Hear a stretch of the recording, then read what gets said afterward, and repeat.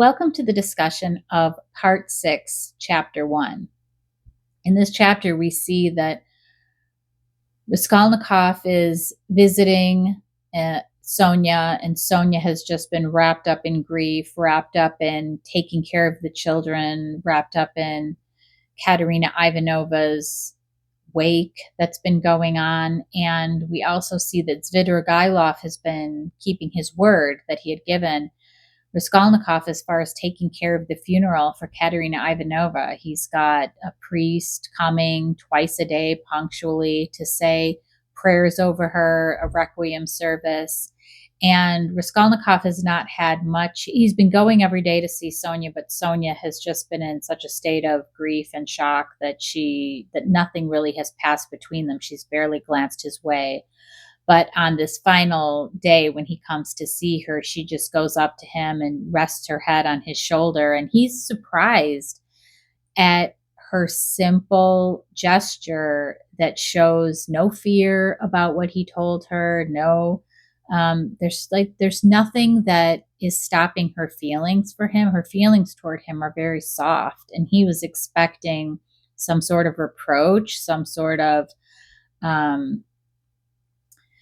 aversion to him, but that's really not how she feels. She's happy that he's there, and she just wants a shoulder to lean on. And so he's a little bit confused about that she's not treating him any differently, even though she's in the middle of this grief. He's also very concerned about Svidrigailov, because in the last chapter, Svidrigailov had let him know that he knows that he killed the pawnbroker, that he knows his secret. He heard it.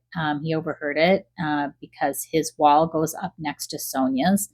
And Raskolnikov is trying to figure out, what is this guy after? He assumes that he's after Dounia.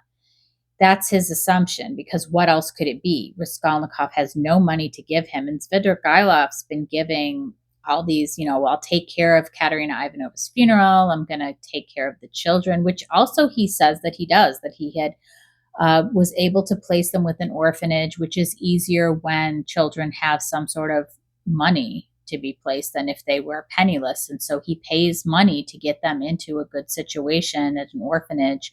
And he says that once this funeral is over, he is going to keep his word and take care of Sonia as well. So he knows that Svidrigailov has an angle.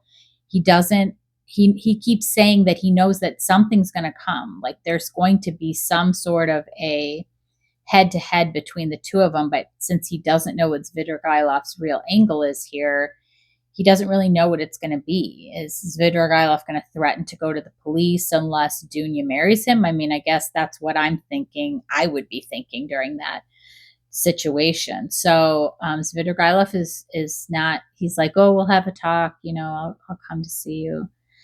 And he leaves Katerina Ivanova's and he goes home. And while he's home, he gets something to eat, and Razumihin comes in. And Razumihin is, the last time they talked, there had been this very clear understanding between them where Razumihin understood, he felt like he understood that Raskolnikov was the murderer, and that Raskolnikov was saying, take care of my sister and my mother. Like, basically, don't follow me because not good things are going to happen. I'm leaving them in your care. And Razumihin just looked at him and turned around and went back to them. And he understood what Raskolnikov was trying to say.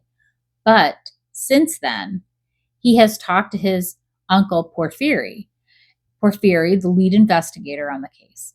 And Porfiry has told him all about Nikolai's confession and all about the underlying psychology. Razumihin keeps saying that Porfiry explained the whole psychology under why he behaved the way that he did. Because Nikolai, if you remember, was who they had suspected at the beginning, and Razumihin thought that was absolutely ridiculous because of the way Nikolai had behaved, where him and his other friend, painter, had acted like goofballs, painting on each other's faces and running into the street. And he's like, why would they behave that way? The real murderer would be trying to quietly get away. And so when Porfiry tells him it's Nikolai had confessed, he's like, but how would he have done, like, why would he have done that? Why would he have behaved like such a goofball? And Porfiry's like, because he was smart, he planned it out. It was all like he was doing a psychological move on everybody else, thinking no one would suspect him if he acted like this. And Razumihin's like, I was this fool where I'm defending these people and I feel like an idiot for defending them. But he's like, I thought, and what he's not saying is he thought that Raskolnikov was the murderer because of what had like that exchange that they had, and it explained why he was acting so crazy, and because his uncle Porfiry had believed it, and so had Zosmov, and so he was like, this is new information. So now he's trying to figure out, okay, well, if it's Nikolay and you're not the murderer, then why are you being so strange? Like, what is the reason? Is it because I've come here to figure out, are you a madman? Is that what's going on? Are you a madman and that's why you're acting strange? And he's like, you're just sitting here eating like nothing's wrong. You haven't been to see your mother. Your mother's sick. I've been here multiple times. I was here with your mother. And she was so, offended, like that you haven't come to see her and that you're just out and about. She thought it was because you were with Sonia, but I went to Sonia and I could tell that you weren't there. And so I went and told her that wasn't it. And he's like, and I'm just here to figure out he's basically like, what the hell is going on? And are you mad or not? And he comes to the conclusion that he's not mad, but he finds out something else interesting, that Dounia has been to see her brother. Because her brother's like, well, I talked to Dounia about you yesterday. And he's like, where did you see her? Because Raskolnikov has not been there, but Razumihin has been with them quite a bit. He's there with them every day. And so this is like new news to him. And he says, Dounia came to me privately. She came to see me. And I want you to know that I told her that you're a good man, that you're a reliable man. And look, I know you love her. I didn't tell her that because I'm sure she can tell on her own. And I think that she probably already loves you too. And basically, he's giving his blessing. That's what he's doing here. He's already privately given his blessing to Dounia, but he wants Razumihin to know that not only am I giving you my blessing, but I have already told that to Dounia. So basically, you guys have 100%, I give my blessing. I totally condone this relationship. And so now Razumihin's like not too worried about whether or not Raskolnikov is mad. He's basically on cloud nine because he's like, oh, you think that Dounia could love me? And so he's kind of thinking about that now. So it's cute. He's getting excited. He's realizing that maybe this is really a possibility. And he says, well, what about the letter that she got? And Raskolnikov's like, what letter? And he's like, well, she got a letter and she was really upset about it. And she didn't talk about it. And she went to her room and she wouldn't talk about it. And Raskolnikov didn't know anything about the letter, but it's like, well, who could it be from? Is it from Svidrigailov telling her everything? Is it from Peter Petrovich trying to get with her again? But she didn't tell Razumihin. And so that's interesting to him, and he doesn't know what it is. But Razumihin uses this idea of a letter and the fact that Dounia has secretly gone to see her brother Raskolnikov to kind of come up with a different reasoning for why Raskolnikov has been so weird, because he's, come to the conclusion, okay, he's not the murderer and he's not mad, but he still is acting super weird. So, and now Dunia's acting kind of strange. And now I'm finding out that Dounia has been doing things, that I don't even know about, and coming to see Raskolnikov in secret. So he's come up with this idea that Raskolnikov is a political conspirator and that Dounia is somehow in on it or a confidant, and that that's going to explain away all the weirdness. And so he's just going to let that be his explanation about it, because he's too excited about the fact that Raskolnikov has given his blessing with this relationship in Dounia. And so that is pretty much where that conversation ends, although Raskolnikov asks about Porfiry and is very interested in that Porfiry was the one who explained the psychological reasoning behind why Nikolay was really now considered the murderer.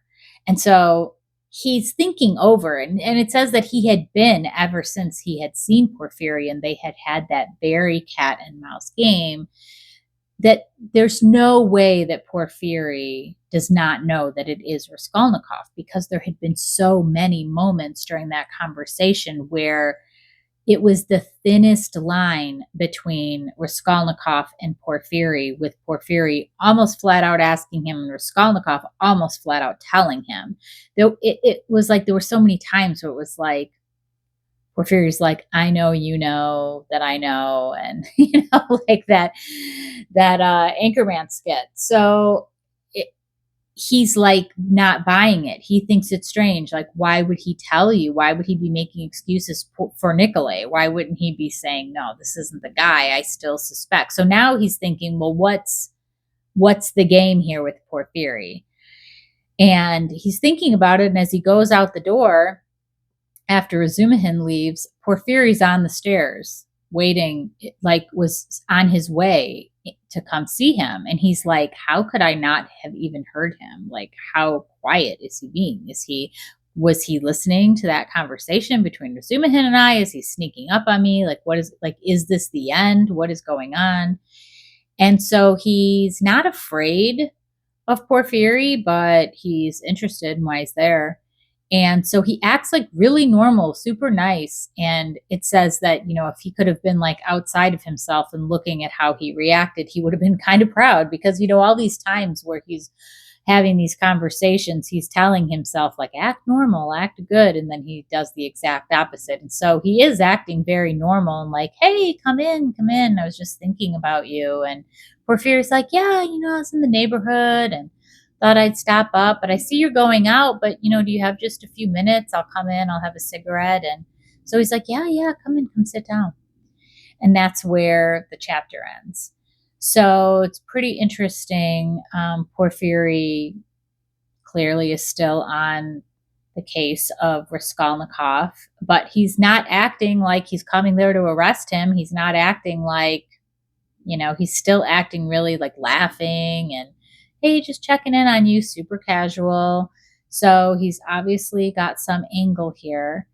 And we'll find out what happens in chapter 2, because we still have Svidrigailov to figure out what his angle is. Peter Petrovich Luzin is out there somewhere, plotting on how to get Dounia back, and Porfiry is plotting on how to get Raskolnikov in the end. So stay with us. We're very close. We're in the last section and just a little bit left. If you're reading the book that I'm reading, we've only got this tiny bit left. So we're getting super close. I'll see you in the next chapter.